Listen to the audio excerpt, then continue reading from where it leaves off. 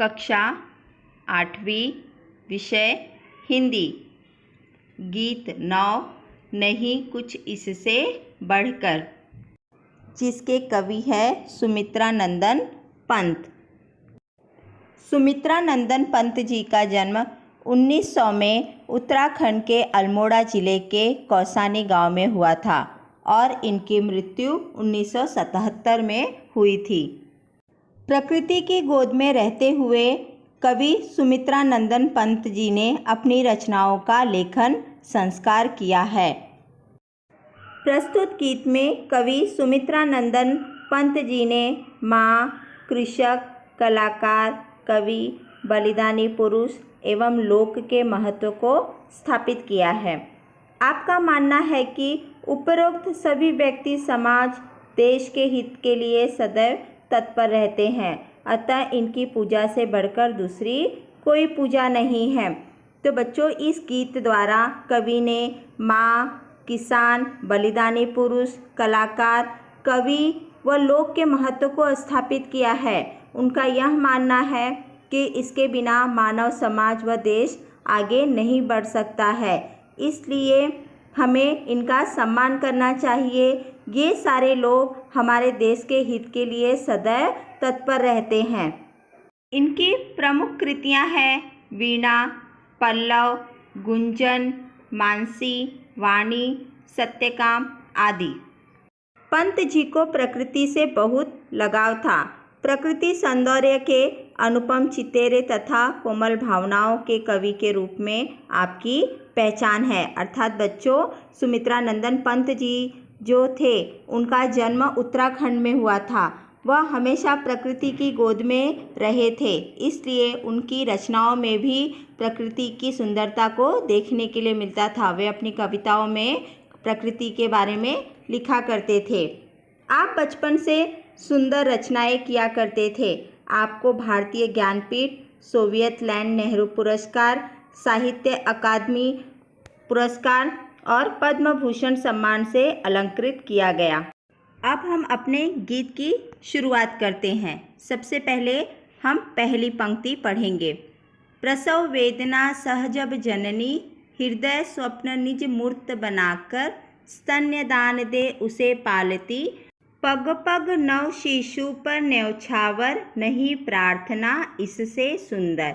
अब बच्चों, इस प्रस्तुत पंक्ति में कवि सुमित्रा नंदन पंत जी ने माँ की महत्ता को प्रस्तुत किया है। उनका यह कहना है कि जब एक माँ एक बच्चे को जन्म देती है तब उसे बहुत प्रसव पीड़ा होती है, लेकिन माँ जो है वह उस प्रसव वेदना को सहते हुए अपने हृदय के सपने को अपना नया रूप देती है। वह अपने बच्चे को अपना दूध पिलाकर उसका पालन पोषण कर उसे बड़ा करती है। वह पग पग पर अपने बच्चे की देखभाल करती है। माँ अपने बच्चे की बाल सुलभ क्रीड़ाओं पर न्यौछावर होती है। वह अपना एक एक पल अपने नए जन्मे बच्चे पर न्यौछावर करती है। अतः इस दुनिया में माँ की भक्ति की प्रार्थना से बढ़कर जगत में कोई भी सुंदर प्रार्थना नहीं होती है। अब हम अपनी अगली पंक्ति पढ़ेंगे। शीत ताप में जूझ प्रकृति से, बहा श्वेत भू रजकर उर्वर, शस्य श्यामला बना धरा को, जब भंडार कृषक देते भर, नहीं प्रार्थना इससे शुभ कर।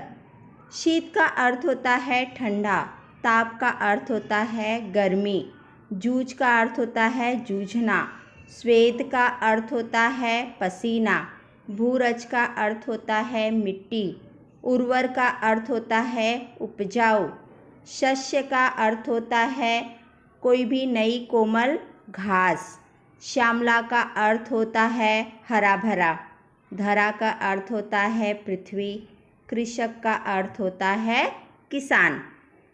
प्रस्तुत पंक्ति में कवि सुमित्रा नंदन पंत जी ने किसान के महत्व को बताया है।